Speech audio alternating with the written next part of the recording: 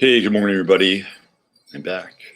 It's Robert Phoenix with you once again on a lovely late spring day. Approaching the solstice. We are right on the tippy tip of the solstice. It's coming right up on us this weekend as we move from Gemini into the sign of Cancer, into the realm of the cusp of magic and the deep elemental time, the midsummer's night dream, as it were. So I'm just going to hang out here for a little bit and wait for people to begin to assemble. There we go. We got Shannon Marie. What's going on, Shannon Marie? Miranda Couch. Morning, Miranda. Here's my man, Steve. What's going on, Steve? Good to see you. As always, a lot to talk about today. DJ MC in the house, Jennifer Fitzgerald. Marlene, all the way from the great state of Indiana. Nice to see you. Ren Star. Good morning, Ren Star. We got Jimmers, 233. Tina Sherman. How can I find your interview with Jimmy? I left the link on my Facebook page. You can also look up Jimmy Brent. That's Jimi, like Jimi Hendrix, as in Jimmy Brent. And you can find him on YouTube. And so you can find that interview there. VV's in the house. Rob, my man. Rob Chopra. What's going on? Rob Chopra, the Universal Ambassador. Rob Chopra is the epitome of Mr. 11th House, Sun in Aquarius, with his son in the 11th house of Aquarius. Rob being the fantastic global cosmic ambassador, connector, networker, all in one. Glad to see you've liberated yourself from the Windy City there, Mr. Chopra. I'm sure you're looking back on that decision, even though I don't know much about it, with some deep satisfaction at this point. Frank Bry's there. Are you okay with being here? Oh, there's Rich Robbie talking about. And we have a lot to get to this hour, including protests, politics, and the president. Good evening. Oh, I gotta do this. I'm Joyce Taylor. So activists vow to stay put tonight. We are hearing from the police chief and the police. You're not supposed to be activated yet. Damn it. Okay, let me go back to home base here. Okay. Here we go. Let's see who else we have here. Great show yesterday with glitches. Chat was on a roll. What a hoot. Yeah. And there's Kestrel. What's going on, Kestrel in the house? Lovely and talented. Joan S. Loved, less visible. Please, he'll be back. I got to get back in touch. Anna, we got to connect. I have some time today. If you can call me, that would be great. Thank you. Tamara's in the house. There she is, the wench with the wrench, the amazing, lovely, talented, wise Ani Brito in the house. Coach K, what's going on, Coach K? FUP 77. There's Natalie. What's going on, Natalie? Good to see you. Christine Mose. Squirrel. Seeing some news. Bill Gates is under house arrest. Hopeful thinking. Yes. Hopeful thinking. Does Bill Gates have a vaccine for racism? That's what I want to know. That's what I want to know. If Bill Gates has a vaccine for racism, I bet he does. I bet he does. Since his daddy was one of the founders of Planned Parenthood. And we know that Margaret Sanger, who was also a founder of Planned Parenthood, had such fond feelings for the quote unquote black race, right? That they saw Planned Parenthood as being just a wonderful opportunity to begin to help eliminate that portion of the population. And that doesn't really come out very much in the media now, does it? I also thought it was really interesting how Melinda Gates said that, oh, yes, we should honor the black community, and they should be the very first people to get the vaccine. I'm like, if I'm the black community, I'm like, whoa, let's pump the brakes on that, okay? This is one time where your white privilege really should supersede our need to be, quote unquote, in an equal society. In this case, we're gonna get on the knee for this one to you guys, okay? You guys get out there and you guys be the first ones to take that vaccine. That's what I'd be talking about. So I left a bunch of links in the show page yesterday. And if you haven't seen the video of that guy who's addressing those numbskulls out in front of that hospital, you should check it out. The link is there. You can share it. It's a really powerful, very powerful video where he confronts these just, stinking hypocrites about their completely absurd position on life in general, right? And so if some of these things weren't so potentially dangerous to quote unquote regular people, normal people, whatever, we could laugh at it. We could just like revel in the absurdity, right? We could revel at the fact that, well, Aunt Jemima is going to be going away. Mrs. Butterworth's going away. Uncle Ben's went away a long time ago, right? Now they're going to go after things like Rice Krispies. They're going to go after all these brands. Lil Debbie. I mean, look. In some ways, I could give two shits about who's on a brand or what. I don't consume much of that stuff anyway. But it is symbolic in that they are going after these quote unquote cultural institutions or cultural symbols, right? So I'm going to get into this today a little bit, and I'm going to get into a lot of other stuff too. I'm going to play you a really, really great video that was sent to me by Michelle, who is a person that watches the show. I don't know if she drops into Chatlandia or not, but she sent me a video last night, pure gold. I'm going to get into that tonight. I'm going to talk a little bit about what's going on with the thing in Atlanta with Rayshard Brooks. So we're going to touch a lot of bases today. So before we do, let's do the invocation. Dear blessed and holy Father, Mother God of the great central Sun within universal life, which is life. Yeshua Sananda Emmanuel, we ask that only the highest and best transmission of truth and light, wisdom come through this transmission, and that we are blessed with courage and grace and compassion and empathy and heart and faith during these times. Throw a little humor in there as well. And as a result, any karmic residue that we have can be cleansed, purified, clarified, transmuted, so that we may re-enter our lives as sovereign entities, each and every one of us, excluding any race, color, creed, or background, in the universal heart of the one. Okay, so let's get cooking here. Where do I start? Okay, so here's this is not okay. So I want to be very clear about what I'm talking about. This is not about white people, but it is about white people. Okay, but it's not. What it's about is a cultural reset. When I say cultural reset, I'm talking about the predominant culture that existed probably from 1850 to this point in time, which for all intents and purposes tends to be primarily Western, for better or worse. Good things, not so good things. I'll get into some of the not so good things today too, which I think need to be addressed, by the way, because we are fair and balanced here.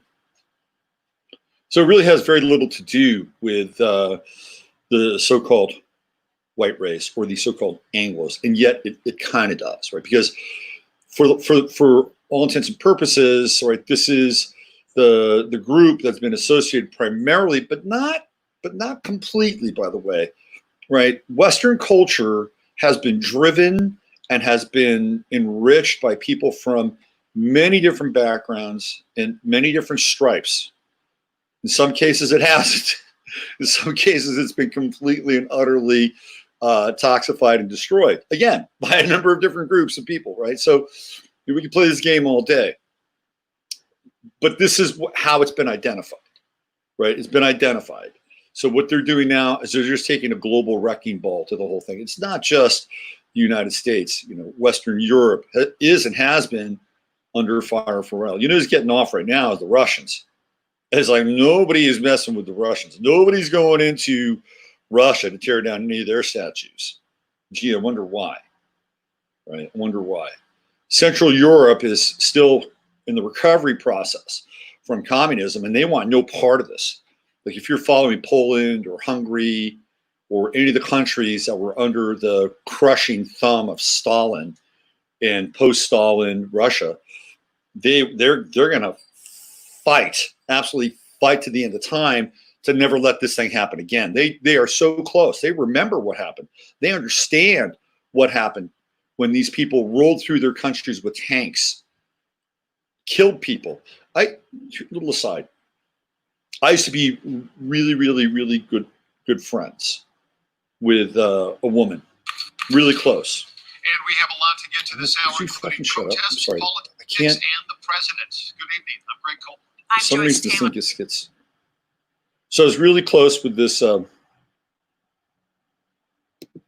this woman, very good friend of mine. Very good, we really tight. Okay, so she was from the same country. Where are the Gabor sisters from? She's from the same country as the Gabor, Hungary. Are they Hungarian? Let's see.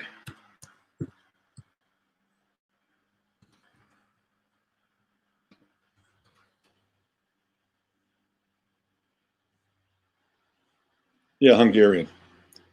So she was a Hungarian as well. Very beautiful woman, really beautiful woman. I'm not sure if she's around anymore. We lost touch, but we were tight. We were really tight.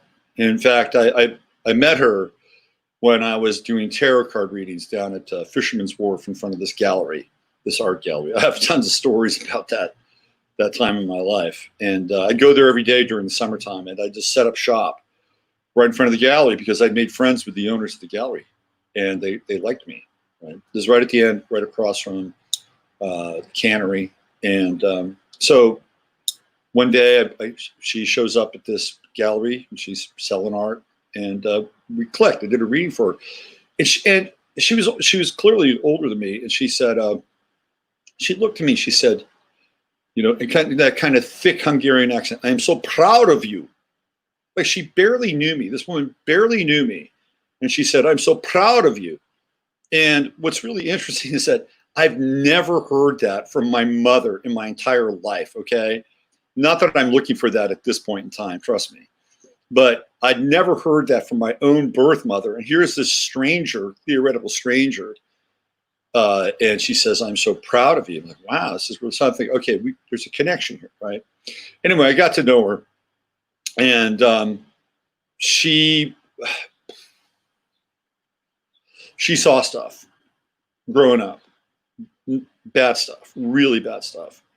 And her father had been a doctor in Hungary, and had been basically beaten and tortured by the Soviets. And it was so bad. It was so bad that he couldn't take it anymore. And either he killed himself or he himself was killed. She walked as a young woman. She might have been in her teens. She walked home and walked up to the apartment that they were living in. She found him dead on the floor with a bullet in his head. This is what these people remember, by the way. This is what they remember. This is what they know. So Poland has just outlawed gender studies as a program in all their universities. You see, this is how you get it done. And you may not agree with what I say, right? You may say, "Oh, well, we need all these things, blah, blah, blah, blah, blah, blah, blah." You may want to check your conditioning there a little bit, because Poland understands, right? They understand that this stuff is toxic. It's absolutely toxic. So they've outlawed gender studies. Basically, they stood up to the proto fifth wave feminists and said, "No. Nope. Russians did it too. When they had Femin and all these other groups that were starting to protest and do all these sacrilegious stuff inside their churches, they didn't tolerate it. Boom, done, you're gone, kicked out, jail, snuffed that out pretty quickly. That's not what we're seeing here today. And what we're seeing here today is certainly about using race as a significant point of leverage inside this ongoing cultural insurrection, which is something that really needs to be paid attention to, right? You got to pay attention to this thing. If you think that this is just some kind of a summer lark, or that this is kind of a one-off event, you're very wrong. You're very wrong, and you need to really wake up very, very quickly. Okay. Now, I've also talked about that this is a spiritual opportunity for us as we move into this is a Bardo state. Like we're moving into a living Bardo state. We're moving into that like lower dense fourth dimensional realm where these phantasms of the mind become quite real, right? These dark lower level entities. And when I say dark, I'm talking about energy. I'm not talking about skin tone or complexion. Okay, keep that in mind. We're seeing them be animated. They're becoming animated. So we're moving into another level, right? We are actually moving into another, and it may be uncomfortable, okay? It may be very uncomfortable to get through this time, but you have to understand that, because to get to say the higher dimensional realms, the fifth dimension or the sixth dimension and even beyond, we have to, first of all, we had to move through the lower fourth. Now, what's happening is that the globalists are making this happen very quickly, and they know that they're on a time track, right? They are on a time track, and they want to shift the paradigm as fast as possible, which is why we had the COVID-19 stuff happen.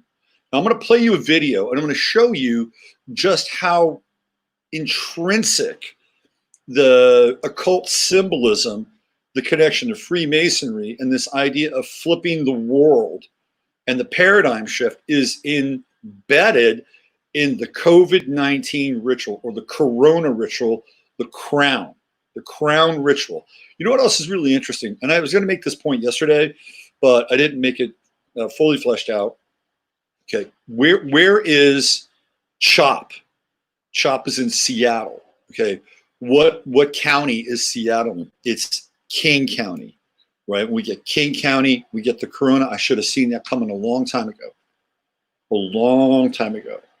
So again, in order to have a cultural revolution, right, what do you have to do? You have to kill the king. You have to kill, and we're seeing this in actually three specific areas, right? Three specific areas. One, we're seeing it with Seattle, King County, right? They're killing. It's a symbolic overturning of the rulership of the king, so to speak, right?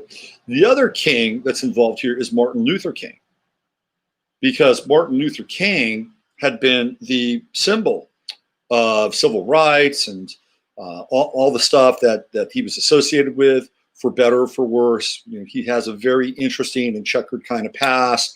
Of course, he and Rosa Parks, and I've said this before, they were, and others, by the way, were schooled at the Highlander School in Tennessee, which was basically a school set up for social justice and communists in the 1950s, post-World War. Okay, so that's where Martin Luther King comes from. In spite of all that, he became this symbol for civil rights. And at the end of the day, we're looking back on Martin Luther King pretty fondly right now, aren't we? Pretty fondly. Because his vision was very, very different in a lot of ways. Whether that was his vision or whether that was the vision that he was working with people that were supporting him, et cetera, et cetera, et cetera. But it was a vision that was much more communal, right? It was much more communal. Some people might have looked at Martin Luther King during that time as being a terrorist or an instigator or an agitator. Looking back on him now, at least the legacy that's been portrayed, I mean, the guy can walk on water, all right? Based on these people have no interest in Martin Luther King. They have no interest in that model, right? This is the burn it all down model. This is the cancel culture. So they have to kill the king. It's another Corona ritual, right? So we're seeing Martin Luther King being eliminated right before our very eyes. Doesn't matter. In fact, I would not be surprised if all the Martin Luther King streets, of which there are many in this country, are going to be replaced by George Floyd Drive, George Floyd Avenue. So again, Martin Luther King has nothing to do with race, right? It has to do with culture. He was somebody who was a part of another culture in another time. So they have to remove him. And we have a lot to get to this. Even with his legacy. And the president. Good evening. This thing just keeps popping on me. I don't want it to pop on me. So if you're going to pop on me, then I'm going to make you sign. I do want to play the video though. So this is a very interesting phenomenon we're seeing here. Wouldn't you agree? Would you not agree? I'll tell you who else is. I'll tell you another king ritual that's happening right now, and the killing of the king. It's LeBron James. Who's LeBron James? The king, right? LeBron James, LBJ, the king. That's what he's known as. Well, guess what? The king is losing his grip on his power position inside of the NBA. The NBA is supposed to be coming back now, theoretically. David Stern is, I'm just going to let the players do whatever they want. I trust the players. I'm going to empower the players to do whatever they need to do. What's his name? Not Dave. What's his name? The other guy, Adam Silver. David Stern's long gone. David Stern was a corrupt motherfucker, by the way. Corrupt to the core. David Stern was totally into game fixing. Best thing that David Stern ever did was make Michael Jordan sit out for a couple of seasons. That was the best thing he did, because that Jordan thing was quite interesting. The Jordan series, again, Michael Jordan being an Aquarius, that series was an initiator into the time that we're in, right? That series, that 8-part series about Michael Jordan, was substituting anything that was related to sports. And that series was planned, by the way, well in advance. And that was the time that it was supposed to run. Okay. They had that thing in the can, and they could have brought it up sooner. So when you see things like that, that there are, I wouldn't say the fix is in, but the fix is in. They wanted people specifically to focus on that series. They wanted to redeem Michael Jordan. He's an Aquarian, a prince of the air. No offense to any of the Aquarians in the audience. I know a lot of you. A lot of you are great people, fantastic people. Right? Some of my best friends are Aquarians. People always say, "Well, Robert, you hate this sign." I don't hate any sign. Trust me, I love all the signs. Each sign has really interesting qualities, and astrology is a game of duality and polarity. What we try to do is integrate, right? We try to become, a whole entity or a whole individual. And I can go through every sign. I can tell you the pluses and I can tell you the minuses of every sign. It just so happens that Aquarius tends to be cultural. And I pointed out yesterday that when you look at all those color revolutions, they all started during the month of Aquarius. Sergei Popovic, Aquarius. Gene Sharp, Aquarius. Right. So Aquarius is a revolutionary sign. We cannot deny that. We can't deny that. One of my favorite rock and roll icons of all time is an Aquarius. That's Johnny Rotten, the Sex Pistols. Hello, anarchy in the UK. Does it get any more Aquarian than that? Anyway, LeBron James now. LeBron James is being challenged by Kyrie Irving. Now, Kyrie Irving and LeBron James used to play together with the Cleveland Cavaliers. And Kyrie Irving he's a different cat. And in some ways, I actually kind of like Kyrie Irving. He's a flat earther. Kyrie Irving has more of a kind of a true kind of esoteric curiosity. He's an Aries, though. He's always about himself. He's always about Kyrie. He was actually raised in Australia for a while, which I think is kind of interesting. So it's an outsider's perspective, right? So, and he and LeBron James are different in terms of, like, LeBron James is actually kind of a late Gen X, very early millennial. I think, what's LeBron, like 38? So he's right on that cusp. It was like first millennial, late Gen X. And Kyrie Irving's definitely a millennial. Now he's challenging LeBron James. LeBron James wants to go play in Orlando and have their tournament, or what I could give two shits now about anything related to sports at this point. I just want kids to be able to play them. On a pro level, I could care less. So LeBron wants to go play because he wants to get a ring. He wants to cement his legacy. And Kyrie said, well, wait a minute. We got to make sure everything's safe. It'd be safe to go play. So now we're having this internal battle going on inside of the NBA. And who is LeBron James? He's the king, supposedly. Kyrie Irving is going after the king. Aries, Capricorn, bang, right? Cardinal sign clash in the square. Cardinal, it is a cardinal square. So we're seeing these images of, again, this whole Corona meme, this whole Corona kind of symbolism being rolled out. Really the death of Martin Luther King. Everything he stood for, gone. Gone. Why? Not because he was black or Tom. He was part of a certain period of time. What's interesting, too, is that Martin Luther King and LeBron James are both Capricorns. They're both Capricorns. And Capricorn is related to this notion of time. The other king, of course, that's taken a major shellacking right now is theoretically the guy in the White House when Donald John Trump. And the John Bolton book is about to be released. And I'm sure it has some quite damning information about Trump and the inner workings of the Trump White House. But I would really love to see somebody release a book on John Bolton and John Bolton's role in 9/11 with the neocons. I'd love to see somebody release that book, right? John Bolton is nothing but a snake. He's nothing but a snake. He's nothing but a neocon snake. And I didn't even know why Trump brought him into the White House. This is the most stupid fucking thing that he could do to bring that guy in. Stupid. By the way, John Bolton is a Sagittarius. His sun is close to Trump's moon. We saw Trump's moon be eclipsed last week, right? So he's having to deal with these Sagittarian people now. John Bolton being one of them. This is going to be tough sledding for Trump. I'm just going to tell you. Now, there are people that won't care. They won't care because they see the alternative. They see the alternative. And at this point, I think Trump is really way more vulnerable and weakened than I've ever seen him during the presidency. Right? This is a huge test for him, right? And he's already going through the Saturn opposition in his chart, which happens at 74. That's not an easy opposition. That's when the script has to flip, right? The person he's been basically from 44 to 74 has to change. We're seeing that. We're seeing that take place right now in his chart and in his life. So it's going to be very interesting in the weeks ahead. So what we're seeing is a ritual take place. It's killing the king. It's killing the king. It's a Corona ritual. Kill the king. Kill the king. This goes all the way back to the 60s, by the way. And I've talked about this before. And the killing of the king ritual at that time was Richard Milhouse Nixon. Was signed as Richard Nixon, Capricorn. And that's what an entire generation set out to do.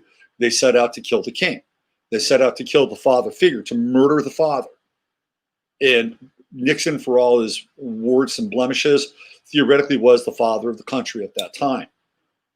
They started on college campuses, of course, and they went after the prevosts. They went after the presidents of the college campuses. You know, the people that were running these universities, kicked them out. Right? They wanted them out, and then they wanted to get to Nixon. They eventually got to Nixon, and boom, the kill the king ritual was complete.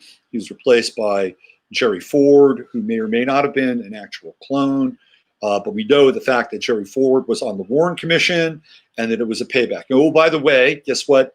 Guess what Jerry Ford's real name was? And Leslie King. To get to this hour, including protests, Leslie King. That's his real name. Good evening. Isn't that interesting? I'm Joyce Taylor. I So thought I activists vow muted this stupid ass video. Okay, I'm gonna dish this video because it just keeps interrupting me. Apologize for that. Isn't that interesting? Leslie King. That's his real name. Real name. So they replaced Nixon with a new king, even though his name is Ford, right? And the real guy that was running the government at that time was Nelson Rockefeller.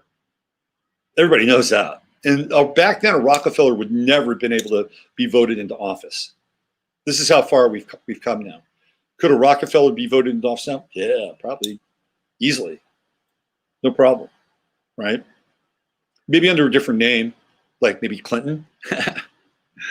Yeah, people in Arkansas know that Bill Clinton's real father was Winthrop Rockefeller. I'm sure you guys know that too. If not, you better make yourself aware of that. So again, you know, the 60s were a kill the king ritual, Corona ritual, and we're here right now. It's happening again. It's a kill the king ritual. That's what this is about, right? And the king represents who's on top. Who's on top. So if you're going to kill the king, what are you going to do? You're going to replace him with the queen, theoretically, right? Unless the queen goes as well. But that's another kind of tributary that we can follow. And I think it's a worthwhile one because, again, I've looked at the people that are kind of, you know, being the drivers right now behind kind of the social justice movement. The majority of them are women. I'd say 90% of them are women. Black Lives Matter, they're all at the top of their pyramid, they're all women. We talked about the squad, they're all women. Speaker of the House, Nancy Pelosi, woman, right? These mayors, most of them at least appear to be women. Governors appear to be women on the Democratic side. Do you see what's happening here? In a lot of ways, this also has to do with the dark feminine and the veneration of the dark goddess. That's a whole other description, right? It's basically goddess worship. And I know some of you say, well, what's wrong with goddess worship? Oh, it's great. It's wonderful. It's fertile. It's, you know, it's Midsummer Night's Dream. It's the May Queen. I mean, there's nothing wrong with that kind of energy. But we need balance, right? We need balance. You know, we need to have them both like together. And one without the other is imbalance, and it predominates. Right. So I talked about, and haven't talked about for a while, the Apollonian versus the Dionysian. And as we saw with Trump, the Apollonian energy was trying to assert itself. We have been in a Dionysian cult spell since the 1960s. And I would say since they killed another king, theoretically, John F. Kennedy, which came from a theoretical royal family. And what did Kennedy, who was Kennedy supposed to be? He was supposed to be King Arthur, right? He was supposed to be King Arthur because, of course, the Kennedy era was known as Camelot. So this is where we have the real first kill the king ritual taking place.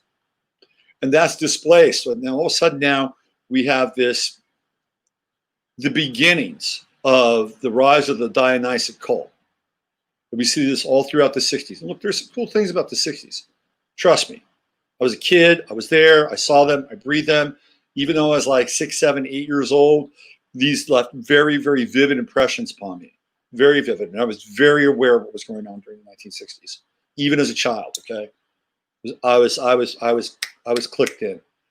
And there were some cool things. You go back and watch some of the 60s movies, you can see that people were getting on. In fact, I watched a Bullet for like about the 5th or 6th time over the weekend. And you get to see the Steve McQueen movie that, by the way, debuted in 1968, shot in San Francisco, and a very, very different version of San Francisco. Like there's a scene where he goes to this club restaurant and people are hanging out. It's diverse. There's a jazz band playing. It's a very cool scene. Very, very cool scene. And by the way, that's how it was. That's how it was. So even though we went into this kind of Dionysian ritual or Dionysian spell, there were also some very cool things that came out of that time. So I'm not going to flush the 60s away just because it produced a certain kind of spell in a lot of ways. And I really do think the spell, this is where the spell started. The spell started with Jack Parsons and L. Ron Hubbard and the Babylon working. That's when the spell started, right? That's when they brought the moonlit in, right? That's when they brought the Scarlet Woman or the whore of Babylon into consciousness and into manifestation. They talk about that, right? They absolutely talk about that. That's where I believe everything gets kicked off. It's that Babylon working between Hubbard and Jack Parsons. Some people think that that the moon was actually Hillary Clinton. I don't know about that. But I think that's when the spell started. That's when we were initiated into this Dionysic cult, right? And then this kind of dark goddess worship. And of course, all the the secret societies, they totally venerate in a lot of ways, right? So when Trump got elected, we were beginning to move out of that Dionysian kind of moment in time, And Laird Scranton talked about this on Friday. I'm not sure Laird and I would agree on this. We might see this from a different perspective. But I believe we were moving from the kind of the lunar-based consciousness, which is why Hillary Clinton theoretically was defeated, into a more solar-based consciousness.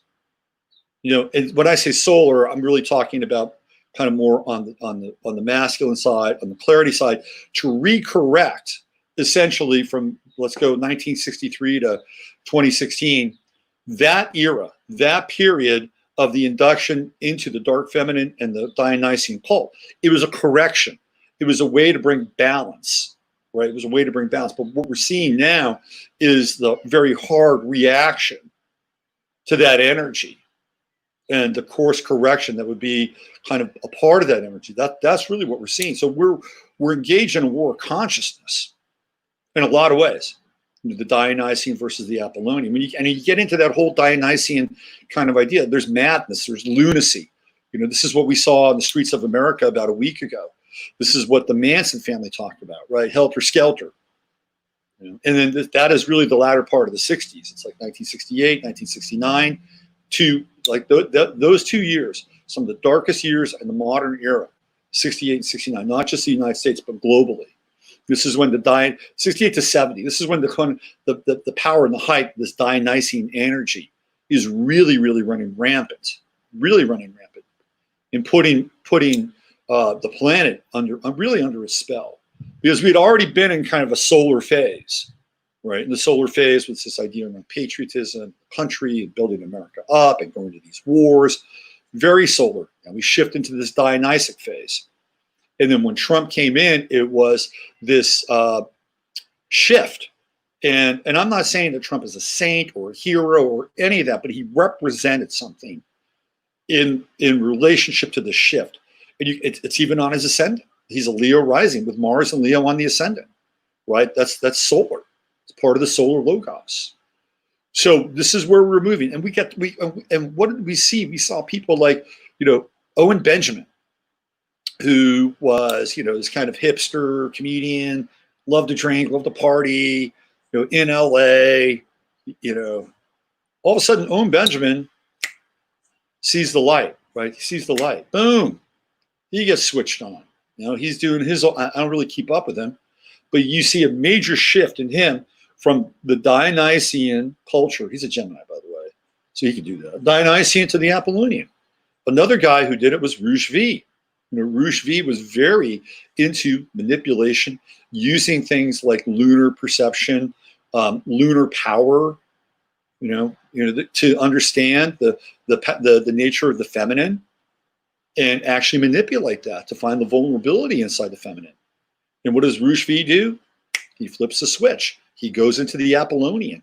You can't even get his books anymore. You know why? Boom, he's done. He's done. He's through. You can't get his books anymore. And he's on to a completely different path. And I know, I'm going to give you another example here. It's not even a male. It's Doreen Virtue. Okay, Doreen Virtue, some of you may like her, some of you not like her, some of you might have liked her stuff. I was never into her, by the way. Way too many tarot decks for me, and a lot of really, what I felt was really lightweight shit. Doreen Virtue does the same thing, right? She casts off all of her materials, all of her cards, everything, and then she moves into this more kind of, solar-based logos kind of experience. So it wasn't just like men, okay? It wasn't just men. And I could even feel it in my own life. Like, I knew that I had to make a shift. And listen, I've been one of the most Dionysian motherfuckers you'll ever meet. Trust me. If you follow me around in the 90s, you would have seen a documentary of epic Dionysian proportions, okay? And it took me a while to ultimately turn everything around and align myself with this energy that is really trying to predominate. And so what we're seeing now is the other side, this cosmic kind of battle, this push and pull between the yin and the yang, trying to sort itself out in a lot of ways. That's exactly what we're seeing. And so there's a lot going on. I mean, we're talking multiple layers, multiple dimensions, but this is really the big picture piece, the really big picture piece. I'm going to show you this video in a second. It's going to blow your mind. We don't get here, though, without some very, very significant things taking place. First of all, the people that are on the streets, they're protesting, whatever, right? They have a grudge against a system that is corrupt. And I do believe that there's some common ground that a lot of you would be able to share with some of these people. How you view that system and who you interpret to be the perpetrators, that might be a bit different. You may not agree on that, but you would agree that there is corruption in the system. And there is, and there has been. And I've addressed this before. One of the reasons why this has been allowed to fester is because not of the gross inequality between, say, the quote-unquote black race and so quote-unquote white race. No, it is a gross inequality between the 0.5%, not the 1%, the 0.5% and the rest of us. Not necessarily from an economic or prosperity perspective, although that is true, but from a true justice perspective, that white-collar crimes never go punished. Never go punished. Never. See, this is the worm in the apple that has been turning and turning and turning, shaking hands, turning the other way, extortion, leverage. This is a big issue. It's never been resolved, and it's one of the reasons why we've got a significant issue right now. The other big issue is our excursions as a military enforcer around the planet, okay? This is not good. It hasn't been good for a very long time, and clearly was ramped up after 9/11. Afghanistan, Iraq, Yemen, Somalia, Libya. And that was going on between well, we could even go back prior to that. Easily. That's easy. We could go back to the Clinton administration too. Going into Kosovo and the Balkans. Bad stuff. really bad stuff, really bad stuff. But it really picked up after 9/11. And the link between, basically the Bushes and you go to the Bushes and the Clintons, there are links between those two families.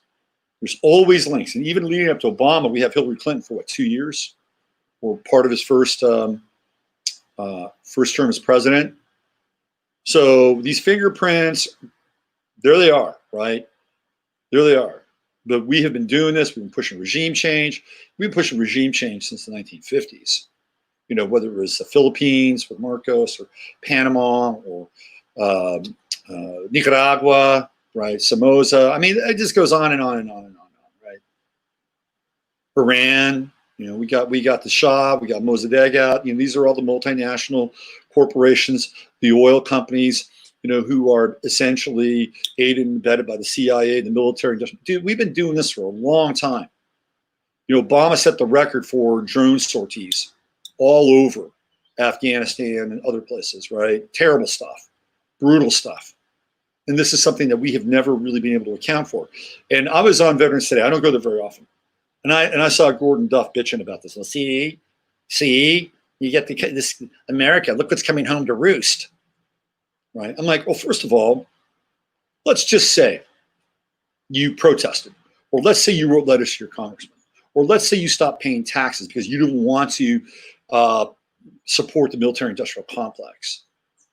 Should you be the person that is absolutely being targeted, right? Should you be that person? Really? Shouldn't who did all this shit, they're the ones that should be targeted? No, they always seem to skate out the back door with huge sums of money, usually going to some other country, in many cases where they claim a dual citizenship. It was just like, see, these wagons are see, you get what you read, you sow what you reap. Bullshit. I don't buy into that. A lot of us had nothing to do with that, and many of us tried. I tried really hard when the second Gulf War was going down. I was writing letters to my Congress. I was deeply troubled by this. None of them listened to me. None of them. And I've done my own work. I've done my own part to try to wake people up to this and a lot of other stuff. So, Gordon fucking Duff, you kiss my ass. And anybody else like me, okay, is just scolding in a way that I find really offensive. Really offensive. See what you get. But it is an issue. And I will say that it is an issue because that's what's been happening. Did we do it? No, we didn't do it. But the people that did do it, we theoretically have voted for them. We theoretically have given our tax dollars. Oh, yes, we have. And that is an issue. By the way, Tucker Carlson has now mentioned 2 times in the last week that people should really reconsider paying their taxes. This is dynamite, right? This is the social dynamite right there. Tucker Carlson is subtly encouraging people to have a tax revolt. Think about that. Think about that. That's a very, very interesting development. I have never seen anybody in mainstream media even remotely hint and suggest that you are not getting value for your tax dollars. And he's absolutely right. In fact, they've been used against us. Where do you think Black Lives Matter is basically getting tax dollars? Wrap your head around that. How did it happen? Well, we had this really, really big thing called the this stimulus package. It just went out, $7 trillion going to corporations to keep them afloat. It's no sweat off the corporation's back. You go throw that money back to Black Lives Matter now, does it? Not at all. This wasn't theirs in the first place. They got it. They got it from theoretically the United States government, who theoretically got it from us. Wrap your head around that. Anyway, this is we're in a very, very interesting time. Very interesting. So we have this real very pernicious problem with an elite banking class, an elite corporate class tied into the government that's been getting away with capital murder for a long time and not being held accountable. That's number one.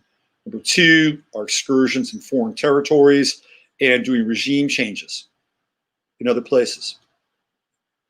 It's happened. And we're seeing it here now, right? This is part of the issue, part of the problem. These are big issues, by the way, really big issues. And then the third piece is the indoctrination. And I've spent more and more time thinking about this whole sunrise movement thing. And really what it is called grooming. You know, there's a word for it. It's called grooming. It's when gangs go in and they start to groom their initiates. You know, whether it's in the inner cities or whether it's in London, where they do gang grooming with non-Muslim or putting your non-blank followers, initiates, captives, cult members, whatever. These girls are being groomed, and they're mostly girls, by the way. So this is a big part of the challenge that we're facing, and also the desecration and the abomination and the abolition of what we would call God or the Logos, which is why they're not letting people go to church. They want to take that away. And again, look, I do not go to church. I've never really gone to church. I would not consider myself a classic Christian in that sense, but truly I do believe in that spirit that runs through each and every one of us. And we don't really have to go to church. It's all here. You practice it every day, right? Your heart is your church. You know, your mind is your church. Your breath is your church. And the brethren are the people that you meet along the way. To me, that was always the original message for me. But again, that's an organizing principle, right? An organizing principle that actually has some merit. Like there's right and there's wrong. You don't do this, you don't do that. Whether or not it's superimposed by some, you know, desert god that's really jealous or whatever, right? There is a moral code. And that moral code has just been absolutely shattered, right? Replaced by secular humanism, and even atheism, secular humanism, and even more darker manifestations of those kinds of beliefs. And so when you don't have that center anymore, guess what? Everything is permitted. Everything is permitted. And there is no such thing as truth. There is no such thing. And when we're in this Gemini phase right now, of course, Gemini is going to prevail. Sagittarius is in the descendant in this idea around religion and truth and this macro system. It is in the descendant and will be for the next 2 years. I'll talk more about that tomorrow when I get into the eclipse show. Tomorrow is going to be me really breaking down this eclipse. It's an annular eclipse, which looks like a ring of fire. And guess where it's going over? It's going over Southeast Asia again. So you're going to look out for more news already happening, coming out of China, more so quote unquote outbreaks. We got Mercury retrograde in Cancer. Guess what that means? They're going to try to march people back into their homes for phase 2. That's coming. He doesn't know, but I'm going to try to get Masaki on the show tomorrow. I will reach out to him. I can't guarantee he'll be on, but I'm going to try to get him on the show and bring him on for about an hour because he's great. I love his esoteric perspectives. But I didn't do the Sunday night show. I will be doing the Sunday night show on Friday, tomorrow, when we get into the eclipse. So I'm setting the stage, or I'm trying to give you guys kind of a higher understanding as to where we are right now, right, with this shift. And you can even see it when Davos in the World Economic Forum talks about this idea of the reset. And what are they doing when they talk about the reset?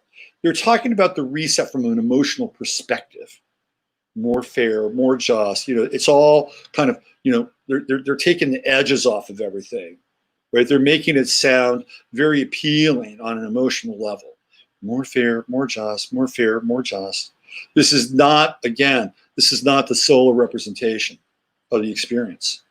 This is not the Apollonian representation of the experience. They're not saying we need a world that is, you know, more structured and ordered. The individual has to have more discipline in their lives, right? The individual has to take more responsibility for their lives. And we're going to help create and found and fund programs that really enable and empower and support the idea of the individual growing both spiritually and economically. No, that's not their program. They don't want that.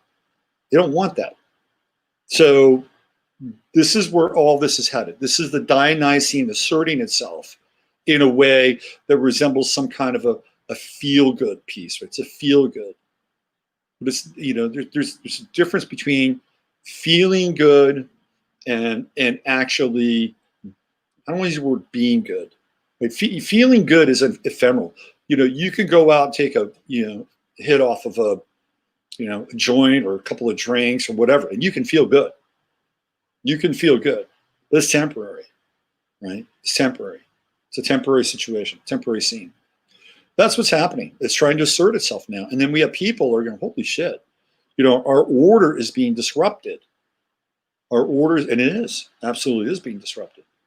And so you have to reclaim that order in your own life. That's the first step. That is the absolute first step. You got to reclaim that order in your own life. That doesn't mean you can't cut yourself off from feeling and intuition, right? I use my intuition all the time. I use it in my work all the time. It's a blend. It's about balance, right? It's about balance between the intellect and the mind and the emotional body and the intuition. It's about balance. It's about achieving balance.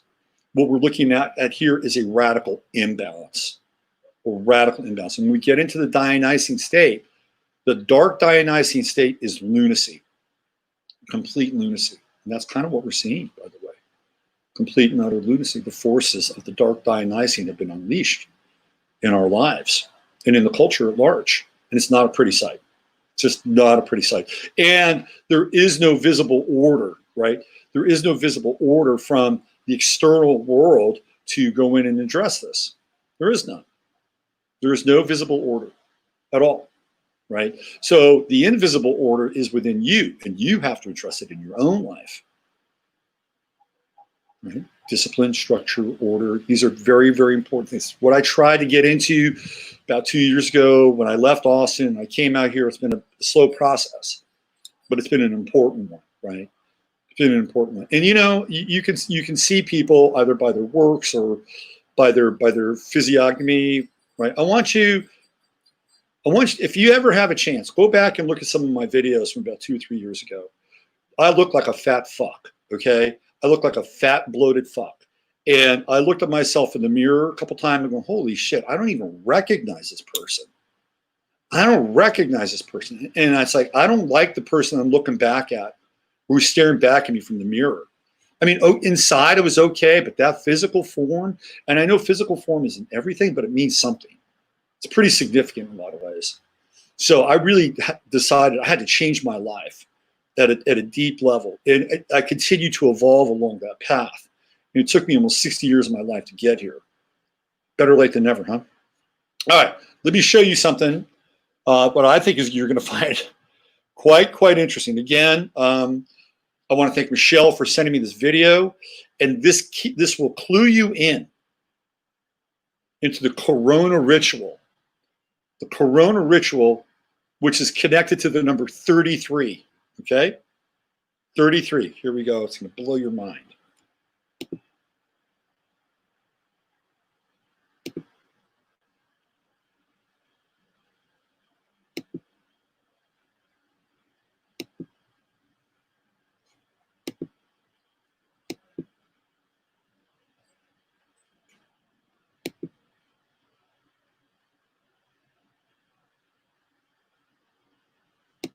We know as of today, and I say as of today at this hour, we have 33 confirmed positive tests for the virus.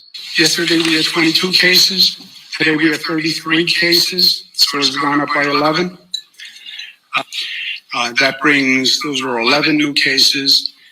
22 goes to 33. As we sort through this here in Arkansas, today we have 33 confirmed positive cases in Arkansas.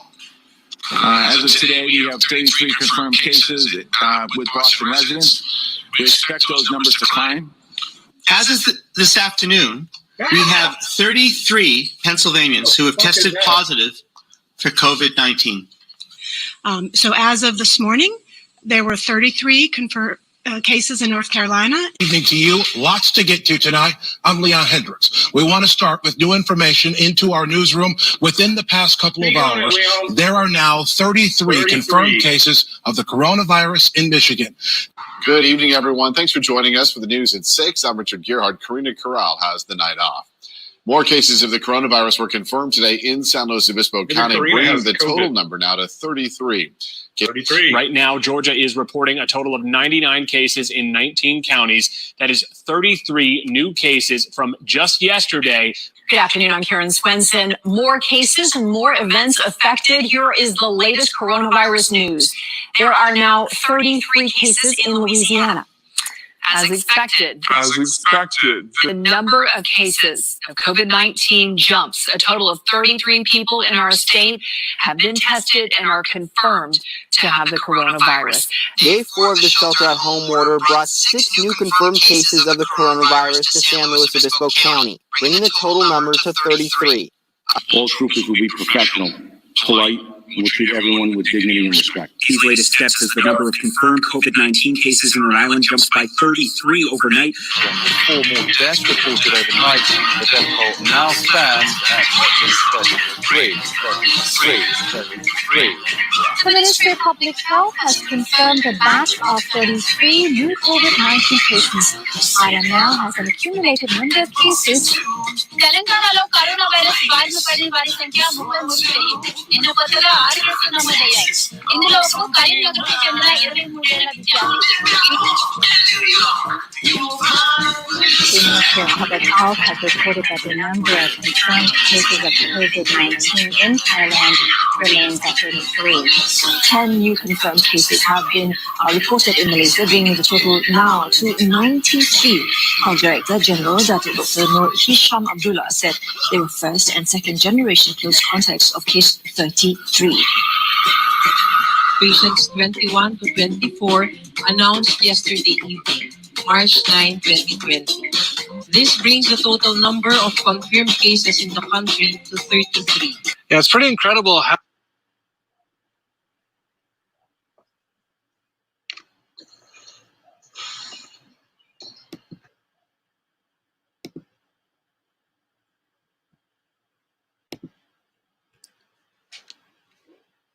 I don't think this is working, by the way. It looks good. You guys get the picture? You get the picture. 2 videos playing. Too much shadow conflict. Let me play it again. I apologize. I'm having a hard time with some of the StreamYard stuff. I'm going to play it again. And I'm going to do the audio over again. So let's play it one more time. Here we go.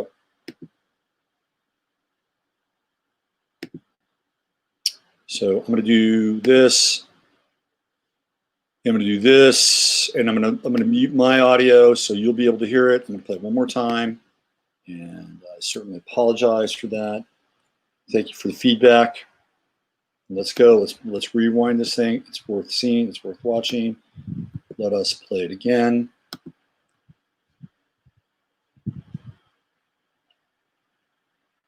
And hopefully this won't crash another time here.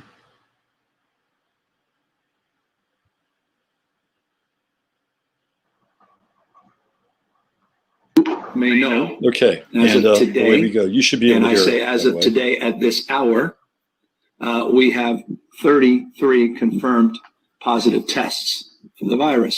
Yesterday, we had 22 cases. Today, we have 33 cases, so it has gone up by 11. That brings, those are 11 new cases.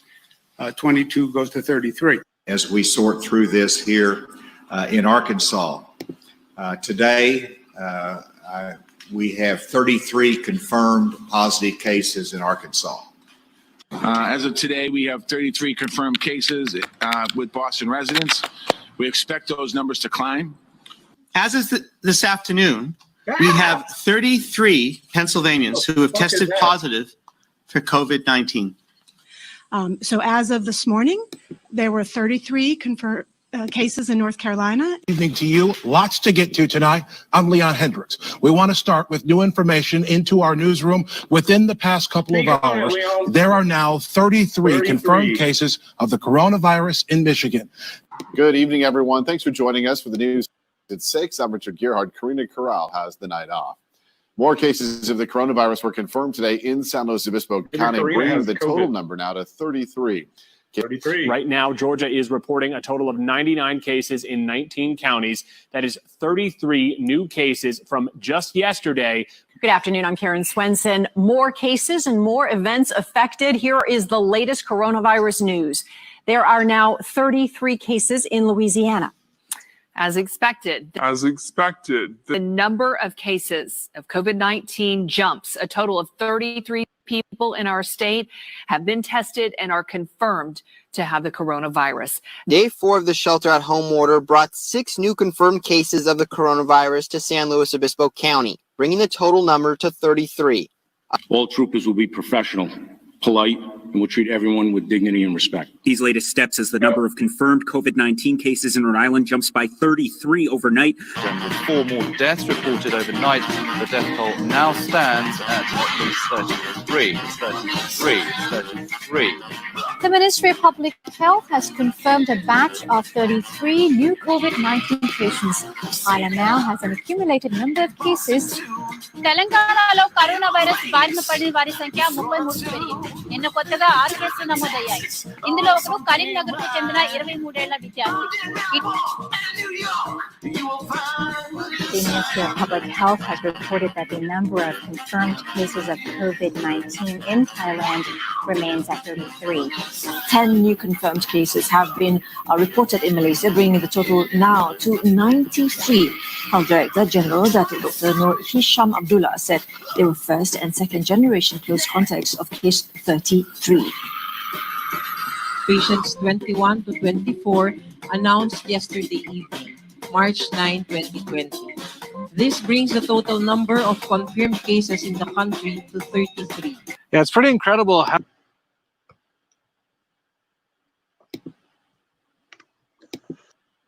So you guys now had and my audio is better now, isn't it, too? Isn't that interesting? Yep. 93 is also a key number. No, 33 has power. They're just using that power for a dark agenda. Absolutely. Boring. It may be boring, but it's real, right? But what you're seeing is the same talking points that are being spread out over across a significant network, right? We've seen this before. It's Mockingbird. It's a Mockingbird program, but they're using the number, right, to drive this psychological operation, right? That's what's happening. Sweet Jesus, take them. Yeah, just get rid of your media. Just get rid of the media. I'm ditching the media on so many different levels, right? On so many different levels. Let me give you another quick story before I transition to the next piece. This is all part of the Perona Ritual, right? It's all part of this Kill the King ritual. The Kill the King ritual. And it's a backlash against the solar logos, which is trying to reassert itself after the killing of the first quote-unquote original king, right? King Arthur, John F. Kennedy, and the Court of Avalon. And nothing wrong with the Dionysian. Nothing wrong with the feminine, okay? It's got to be in balance, though. It has to be in balance. This is the key to everything. It's got to be in balance. We can't have one superseding and overriding the other. And are they always completely in balance? No. Sometimes it might be 60-40 one way, 60-40 the other way, 55, 45, maybe 51-49. But it's the act, it's the attempt to bring these things together, which is really important. And when one supersedes or overdrives the other, we get an extreme version of it. And usually that extreme version winds up being slightly fascistic in nature, which is about dominance, power, and control. And we've seen how both sides can operate. Both spectrum of the Apollonian Dionysian can operate from those extreme positions. Okay, I wanted to just mention something very interesting. And it has to do with this idea of the quote-unquote freedom of speech.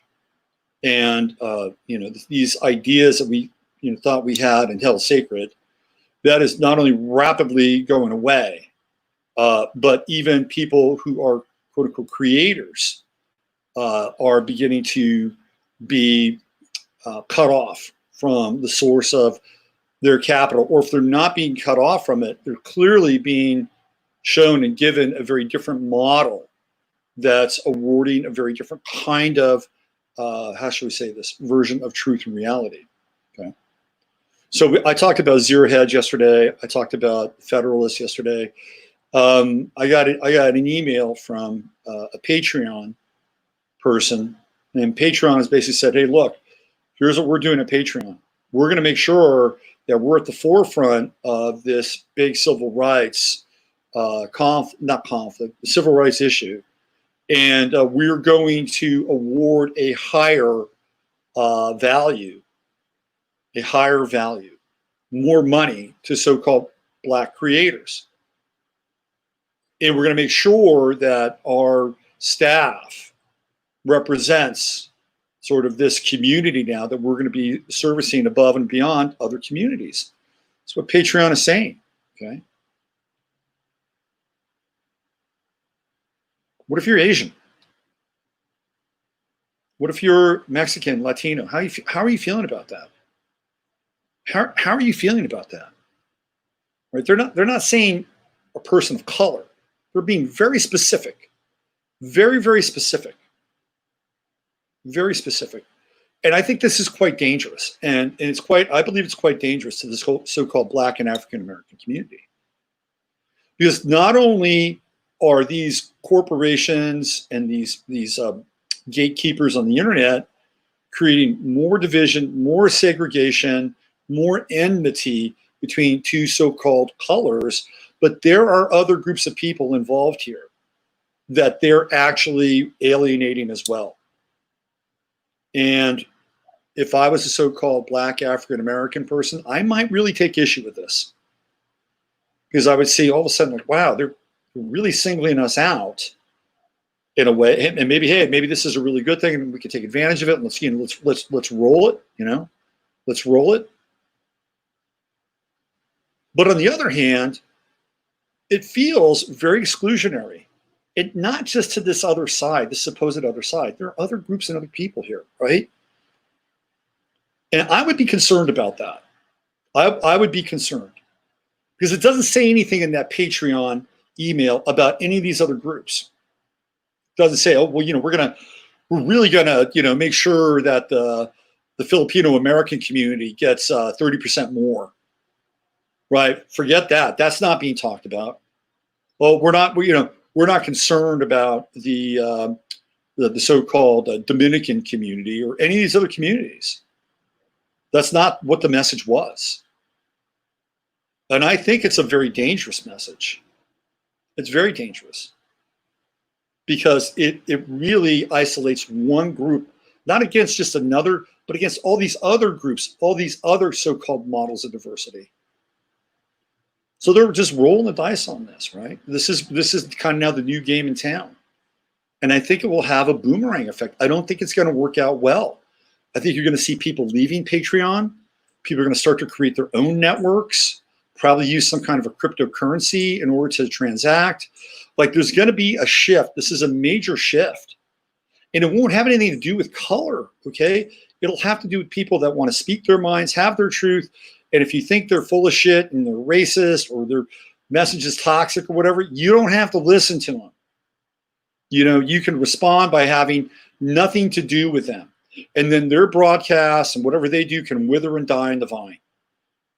And other broadcasters or other creators who have a very strong and powerful message, and one that is really at a much higher vibration, those are the ones that will be rewarded. And I'm not talking about sacrificing for truth either, right? This is how the game works. It's how the game works. But they're not allowing that game to work in the mainstream anymore, so it's going to have to be recreated. And it will be. People will leave Patreon. They'll leave Patreon. And and Patreon will be broadcasting the same message over and over and over again. It'll just be kind of this flatline party politic message. That's what it'll be. And we're going to see this across the board. I read a lot of sports commentary on shows that I used to watch. I don't watch them anymore, but I go to their YouTube channels and I watch the commentary. And it's really amazing. It's really, really amazing to see how people are dying for sports to come back. They're dying for sports to come back. And it's true that a large portion of the American sporting world is populated and played by a very large African American group, right? So-called Black Americans.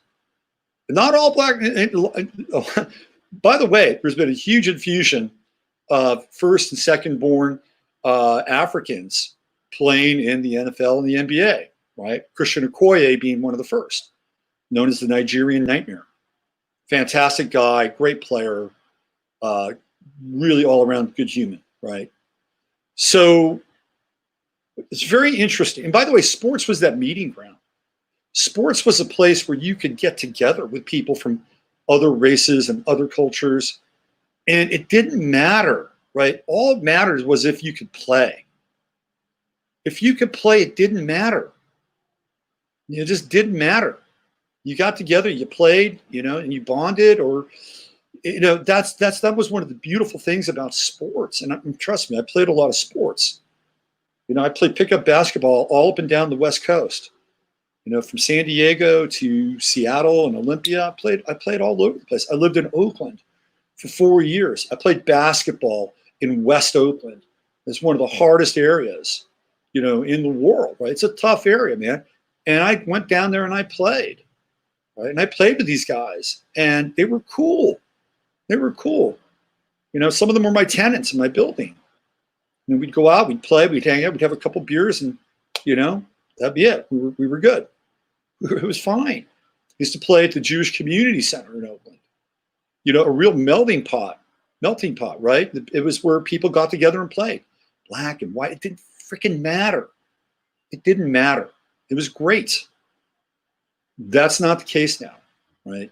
So I'm reading these comments, and there are people who say, well, they're they're the ones that are cheering for us and blah, blah, blah, really, bifurcating this thing, right?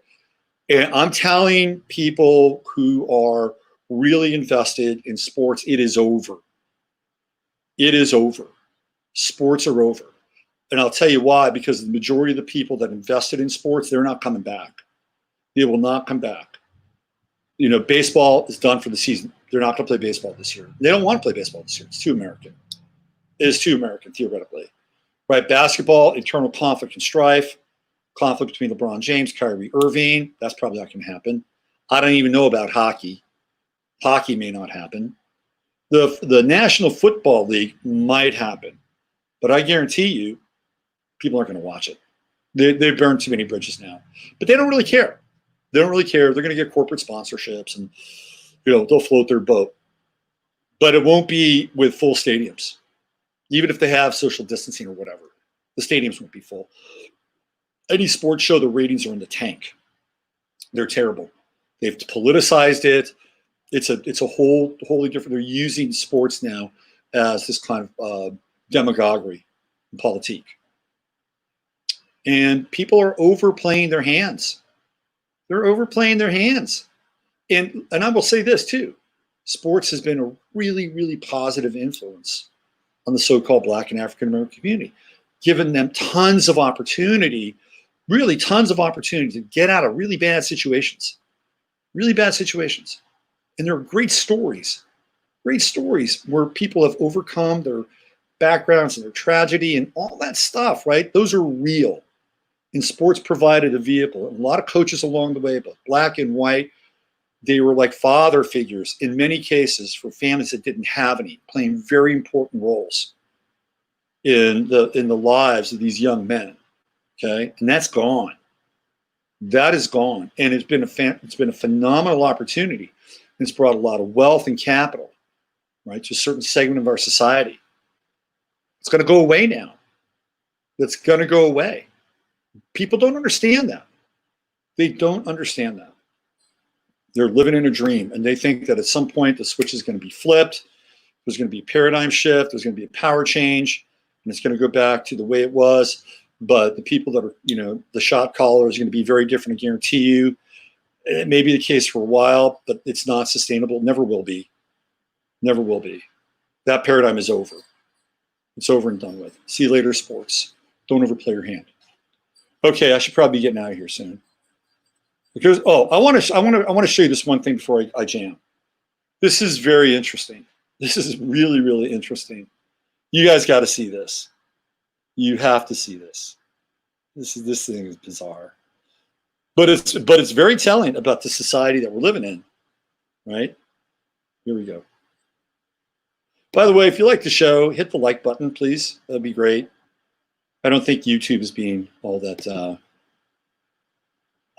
don't think YouTube is being all that. How shall I say? Above board with the views. All right, you guys got to see this. This is gonna blow your mind. Check this out. FBI tracked down white woman who set cop cars alight by tracing custom T-shirt she wore at Philadelphia demonstration to Etsy, which led them to her LinkedIn and Poshmark accounts. Okay, so just take this out of the equation, right? Just let's just take that out of the equation, just for a moment. What I want to focus on is this right here.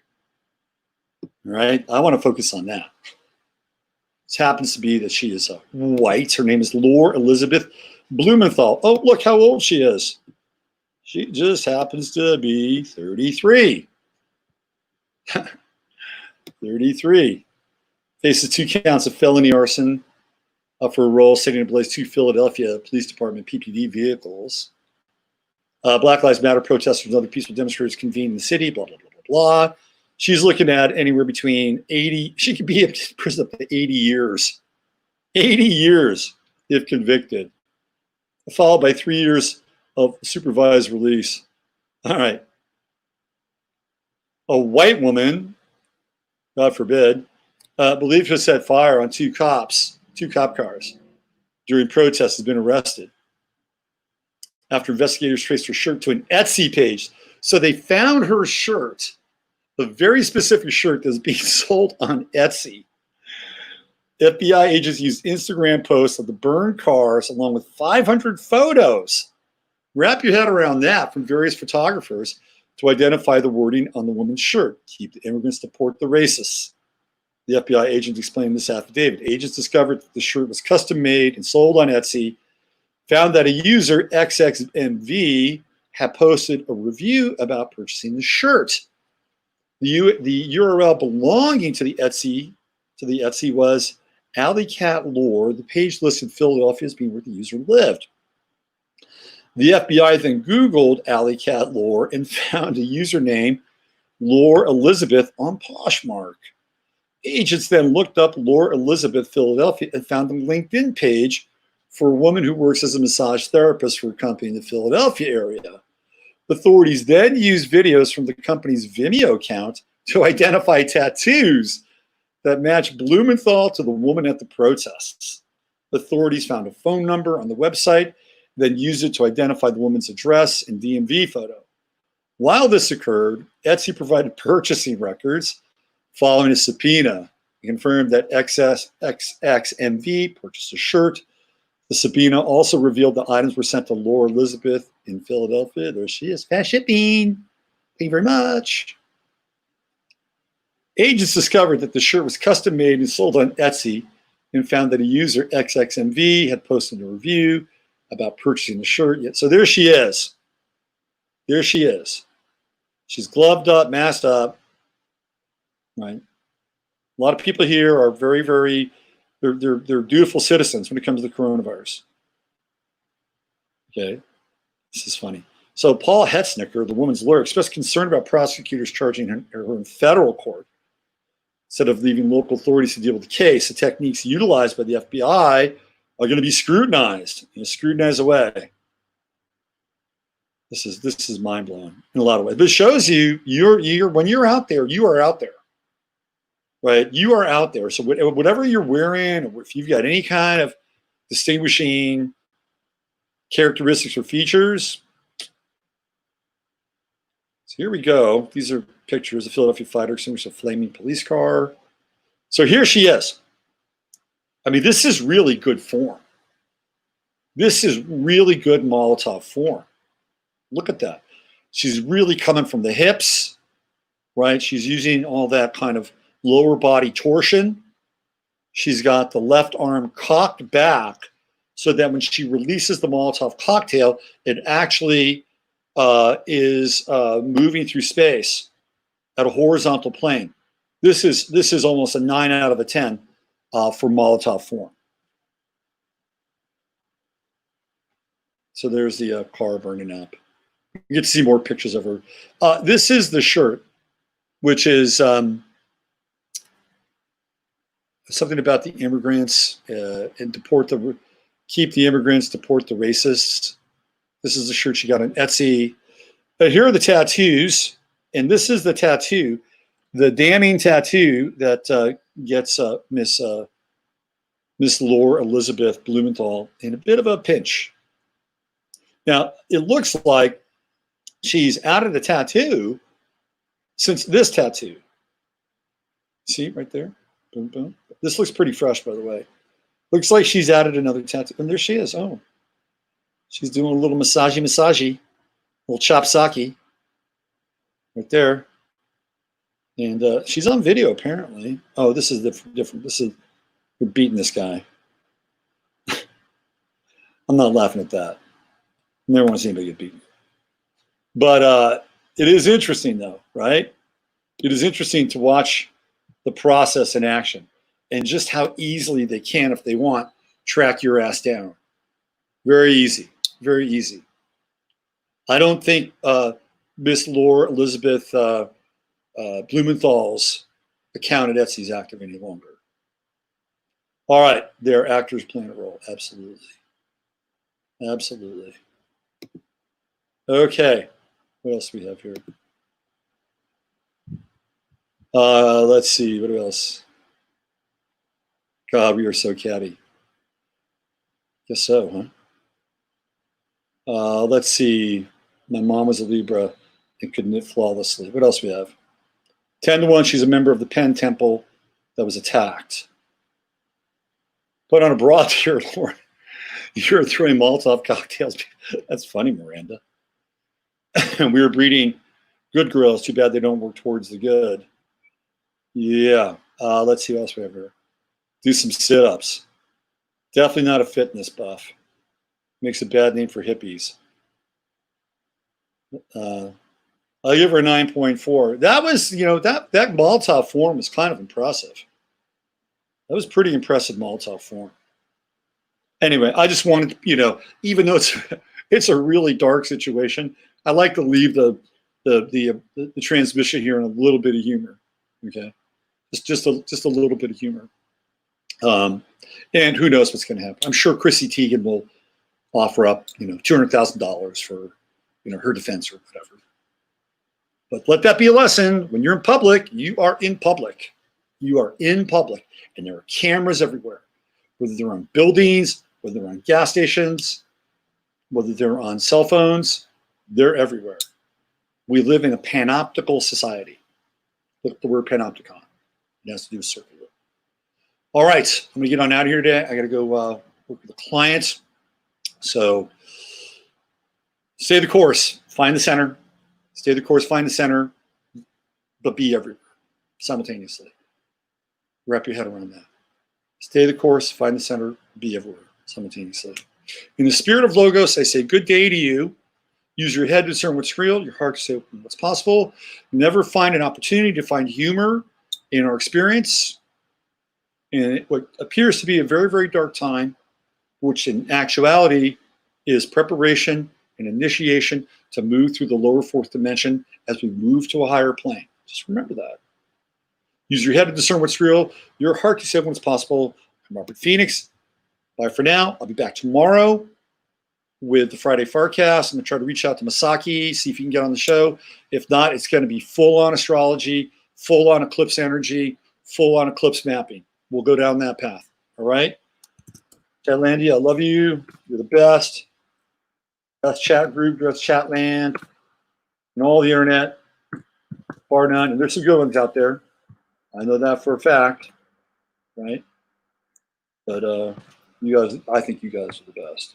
Absolute best. And everybody else who's out there and not a member of Chatlandia, you are always a member of Chatlandia, even if you don't show up in the chat room. There's no borders here.